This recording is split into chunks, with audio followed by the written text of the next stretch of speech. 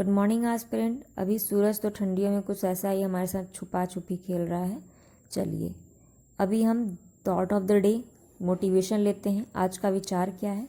तो जिम्मेदारियां का मतलब है जीवन में आने वाले किसी भी स्थिति पर सामना करने में सक्षम होना। यानी जिम्मेदारियां का मतलब ये नहीं है कि आप पीछे हट जाओ, आप उसे लो और उसे सक्षम बनो, उसको सामना करो और उसको पूरा करो। ये है। गुड मॉर्निंग एस्पिरेंट, स्वागत है आपका फोकस ऑन एजुकेशन में। मैं एजुकेटेड आप सबके लिए इंपॉर्टेंट फैक्ट्स लेकर आई हूँ जो कि आपके कॉम्पिटिटिव एग्जाम में हेल्प करेगा। क्या कुछ एक खास नज़र डालते हैं और दिन की शुरुआत इसी प्यारे से थॉट के साथ करते हैं। आज 20 दिसंबर 2020 है और फर्स्ट पॉइंट क्या है? किस कंपनी ने भारत का पहला homeopathic health care mobile application launch किया है? तो ये भारत का पहला है, वो भी किस सेक्टर में? होम्योपैथिक हेल्थ केयर के सेक्टर में। तो वो कौन है? हस लैब जो है कंपनी, उसने ये लॉन्च किया है। नेक्स्ट पॉइंट क्या है? किस देश पर अगले 2 ओलंपिक या 2 वर्ष के लिए किसी भी विश्व चैंपियनशिप में अपने ध्वज, नाम और राष्ट्रीय गान का उपयोग करने पर प्रतिबंध लगाया गया है?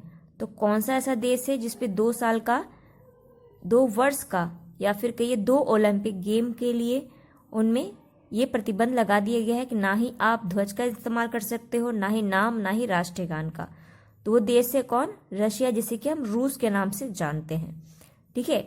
और ये किसके मतलब लगाया जाता है प्रतिबंध? मतलब ये जो प्रतिबंध है वो किस एक्ट के द्वारा लगाया जाता है? तो ये कोर्ट ऑफ आर्ट्रीब्यूशन फॉर स्पोर्ट्स के अंदर, जो कि 1984 में किया गया था, उसके अंतर्गत इस पे लगाया जाता है।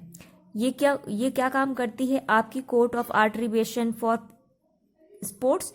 ये जब डोपिंग होती है, डोपिंग के नियम के उल्लंघन के खिलाफ ये काम करती है।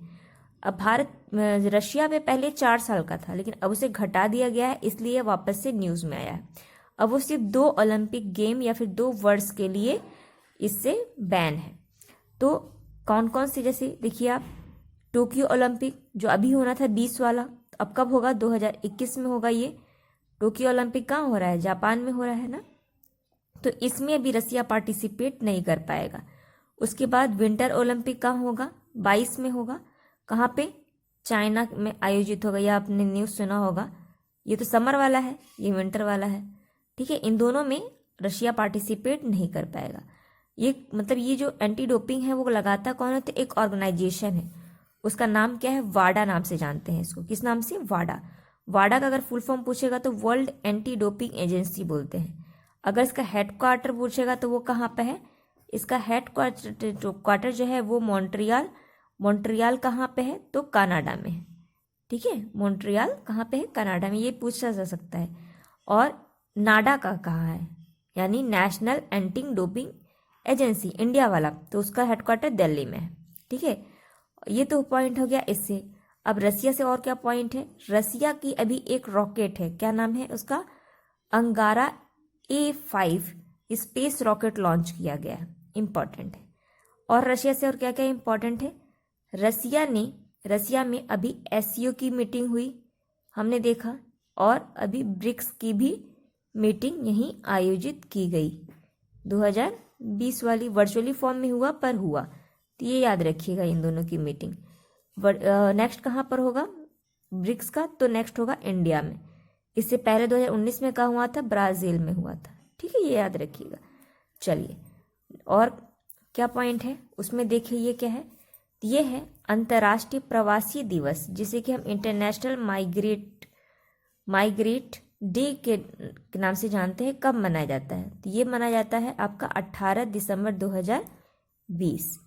तो ये मनाया गया अभी। इसकी थीम क्या होगी? तो री इमेजिंग ह्यूमन मोबिलिटी। ठीक है, इसमें कितने ऑब्जेक्ट हैं? तो 23 ऑब्जेक्ट हैं। अगर SDG का पूछेगा तो कितने गोल हैं? 17 गोल हैं। कब तक टारगेट पूरा करना है? समझ रहे हैं ना? SDG सस्टेनेबल डेवलपमेंट गोल कितने हैं? 17 है। कब टारगेट है? तो 230 है, 2030। ठीक, याद रखिएगा। चलिए, और क्या पॉइंट है उसको देखें।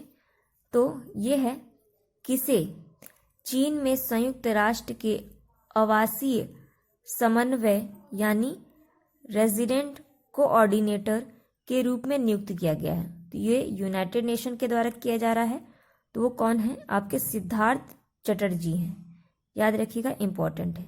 ये क्या काम करता है? तो ये आवासीय समावेश देश का जो स्तर है कंट्री लेवल पर विकास के लिए संयुक्त राष्ट्र महासचिव के प्रतिनिधित्व के रूप में ये काम करते हैं। मतलब किसके रूप में रहते हैं ये?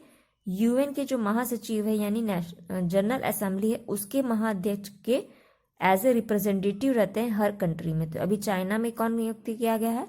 तो सिद्धार्थ चटर्जी किए गए हैं। तो ये इंपॉर्टेंट है, याद रखिएगा। अगर पूछे यूएन की यूएन का हेडक्वार्टर कहाँ है? तो यूएन का हेडक्वार्टर कहाँ पे है? आपका न्यूयॉर्क में है, यूएसए में। चलिए नेक्स्ट पॉइंट देखिए, वो क्या है? आपका आर्थिक मामलों के मंत्रिमंडल समिति ने north eastern region power system improving project, जिसे कि NERPSIP के नाम से जानते हैं, के संशोधित लागत अनुपात को मंजूरी दी। यह योजना किस मंत्रालय के अधीन आता है? ये जो योजना है वो आपके विद्युत मंत्रालय के अंदर आता है। और ये जो north east region power system improvement project है, ये कब लॉन्च किया गया था? 2014 में लॉन्च किया था। और वर्ल्ड बैंक और भारत के सरकार के सहयोग से इसको किया जा रहा है। और इसमें लोन का क्या प्रावधान है? तो 50 और 50 का है, मतलब 50% वर्ल्ड बैंक देगा और 50% इंडिया इसमें लगाएगा। ठीक है, इस पॉइंट को भी आप याद रखिएगा। चलिए नेक्स्ट पॉइंट पर नजर डालें, वो क्या है? नेक्स्ट पॉइंट है ज्वालामुखी माउंट एटना। क्या नाम है? ज्वालामुखी माउंट एटना, वॉल्केनो है माउंट एटना। तो माउंट एटना किस देश में स्थित है? तो ये कहाँ पे है? इटली के सिसिली में है। इंपॉर्टेंट है, इटली के सिसिली द्वीप पे माउंट एटना है। और ये कैसा माउंटेन है? ये एक्टिव माउंटेन है। जैसे माउंटेन कह रहे हैं, सॉरी, वॉल्केनो अगर देखेंगे आप तो वॉल्केनो 3 तरह के पाए जाते हैं। एक होता है एक्टिव, एक होता है डोरमेंट और एक होता है एग्जिस्ट। ठीक है, तो एक्टिव वाला इसमें कभी कभी आपकी उत्पत्ति होती रहती है बीच में। ये डोरमेंट वाला जो कभी हुआ होगा, ठीक है, अभी नहीं हुआ है, अभी नहीं हो रहा है। ठीक है, इन फ्यूचर भी शायद ना हो। और ये तो पूरी तरीके से एक्सटिंक्ट हो चुका, मतलब ये मृत कहते हैं, मृत ज्वालामुखी। तो भारत में इंडिया का अपना कहाँ पे है? तो अंडमान निकोबार में एक है। ठीक है, एक मात्र है। आप मुझे इसका कमेंट ना बताइए, मुझे याद नहीं आ रहा है, बी से कुछ नाम है उसका। ठीक है, तो वो मात्र एक प्लौता है। तभी एटना में हुआ है, सिसिली द्वीप में। कौन? माउंट एटना में ये हुआ। चलिए नेक्स्ट पॉइंट पे देखिए क्या है। खेल मंत्रालय ने किस एक प्रतिस्पर्धा खेल के रूप में औपचारिक मान्यता देने की घोषणा की है? तो कौन सा खेल है जिसको एक मतलब औपचारिक रूप से, फॉर्मल रूप से अब उसे खेल माना जाएगा? वो क्या है? योगासन। योग जानते हो ना, योग का आसन करना, अब इसको खेल के अंदर में रखा जा रहा है। और 2021 की शुरुआत में पायलट योगासन प्रतियोगिता लगाई जाएगी। और ये नेशनल एजुकेशनल योगासन स्पोर्ट्स चैंपियनशिप, और ये वर्चुअल मोड पे के नाम से ये किया जाएगा। तो ये याद रखिएगा, सिंपल क्वेश्चन पूछा जा सकता है। चलिए अब ये जैसे ओलंपिक में आप देखे होंगे, अगर नाम सुने होंगे, जैसे अभी ये से एक पॉइंट याद आ गया, ओलंपिक गेम में कौन से एक नया खेल को इंक्लूड किया गया है? तो ओलंपिक गेम में अब ब्रेक जो डांस होता है ना, उसको भी एज ए गेम के रूप में किया जा रहा है, याद रखिएगा। चलिए नेक्स्ट पॉइंट पे देखिए, वो क्या है? भारतीय नौसेना और इंडोनेशिया नौसेना के बीच भारत इंडोनेशिया समन्वय गश्ती का कौन सा संस्करण आयोजित किया गया? तो ये किया गया है 35 नंबर का। ठीक है, इसका नाम क्या है? सागर। ठीक है, सागर इंडिया का है, सागर। इसमें किसका फुल फॉर्म पूछ सकता है आपसे, या फिर पूछ सकता है सागर किससे संबंधित है? तो याद रखिए, security and growth for all the region से संबंधित है। और ये जो अभ्यास हुआ, पेट्रोलिंग हुई, उसका नाम क्या था? कॉर्पेट नाम था। क्या नाम था? कॉर्पेट। आप इस कॉर्पेट नाम से तो अभी बहुत से सुने हुए कि अभी बांग्लादेश के साथ भी किया। ठीक है, और भी कई सके आपके यहाँ, ये याद रखिएगा। अगर इंडोनेशिया से देखते तो क्या रखना है याद, इंडोनेशिया की कैपिटल जकार्ता। जकार्ता आइलैंड अब लगभग मतलब कह रहे हैं कि डूब जाएगा, तो उसकी एक नई कैपिटल को भी मान्यता दी गई है। तभी ये न्यूज़ में नहीं आया है, जब आ जाएगा तब हम इसे कवर अप करेंगे। चलिए नेक्स्ट पॉइंट पे देखिए वो क्या है। ये है आपका निकोलाई सियुका। नाम क्या है, निकोलाई सियुका को किस देश के आंतरिक प्रतिनिधित्व के रूप में प्रधानमंत्री के रूप में नियुक्त किया गया? तो कहाँ के हैं, रोमानिया के हैं। अगर रोमानिया पूछेगा ये है कहाँ, तो आप मुझे बताइए जरा कौन से कॉन्टिनेंट में रोमानिया देखने को मिलता है। तब तक हम नेक्स्ट पॉइंट को डिस्कस करते हैं। क्या है ये, 2020 के बेस्ट फीफा प्लेयर का खिताब किसने जीता है? तो इसमें 2 लोग हैं जो जीते हैं। एक है आपकी रॉबर्ट वेल्स्की और एक है लूसी ब्राज। कौन है, लूसी ब्राज। ये दोनों नाम याद रखिएगा। चलिए नेक्स्ट पॉइंट पर नजर डालिए वो क्या है। ये है गौरव अलूवालिया को किस देश के में भारत का राजदूत के रूप में नियुक्त किया गया? तो कहाँ पे, अल्जीरिया में है, और ये भारत के राजदूत के रूप में अपॉइंट किए गए हैं। चलिए नेक्स्ट पॉइंट पर देखिए। ये है आपका किस राज्य ने 5 स्थानों पर अपने महत्वपूर्ण इको रिट्रीट कार्यक्रम की शुरुआत की है? तो कहाँ पे किया गया है, उड़ीसा में। उड़ीसा में जो योजनाएं हैं, जैसे मो से जितनी योजना होगी शुरू, वो उड़ीसा में समझ जाइएगा। अभी यहाँ पे गरिमा योजना शुरू की गई थी। किन के लिए गरिमा योजना शुरू की गई थी? तो गरिमा योजना जो ट्रांसजेंडर है ना, उनके लिए शुरू की गई थी, घर प्रोवाइड करा रहे हैं उसको। नेक्स्ट पॉइंट क्या है, भारत का पहला